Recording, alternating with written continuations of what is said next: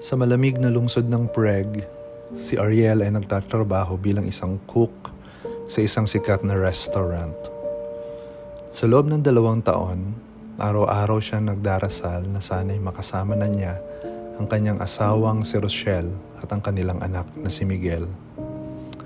Napakahirap maging mag-isa sa isang banyagang bansa, lalo na't sa tuwing umuuwi siya sa kanyang maliit na apartment, ang tanging kasama niya ay ang tahimik na pag-iisa. Isang araw, dumating na ang pinakahihintay ni Ariel. Kasama ang kanyang pamilya, bumaba si Rochelle at Miguel mula sa eroplano. Hindi maipaliwanag ni Ariel ang kasiyahang naramdaman niya nang makita niya ang kanyang mag-ina. Sa wakas, buo na ulit ang kanilang pamilya.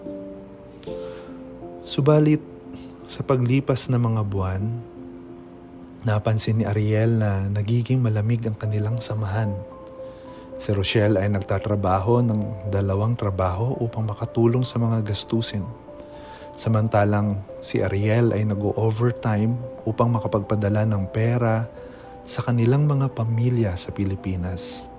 Si Miguel naman, lubhang abala sa kanyang eskwela at mga bagong kaibigan. Sa bawat araw na lumilipas, parang mga estranghero silang magkakasama sa iisang bahay. Bihira na silang mag-usap.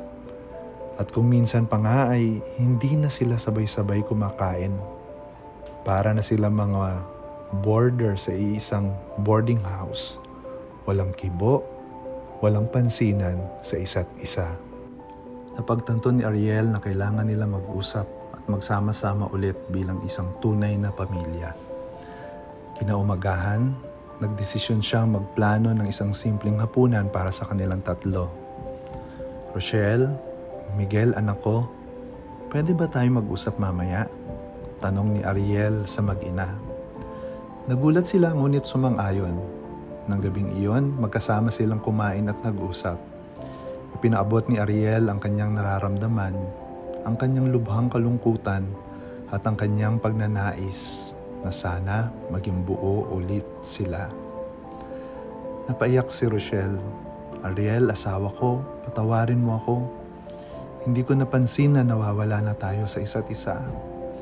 Nais ko rin na maging masaya ulit tayo bilang isang pamilya.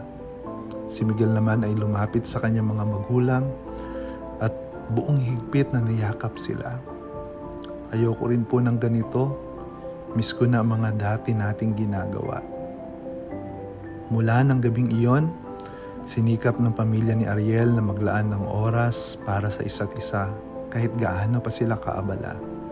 Natutunan nila magbalanse ng trabaho at pamilya at unti-unting nagbalik ang init ng kanilang samahan.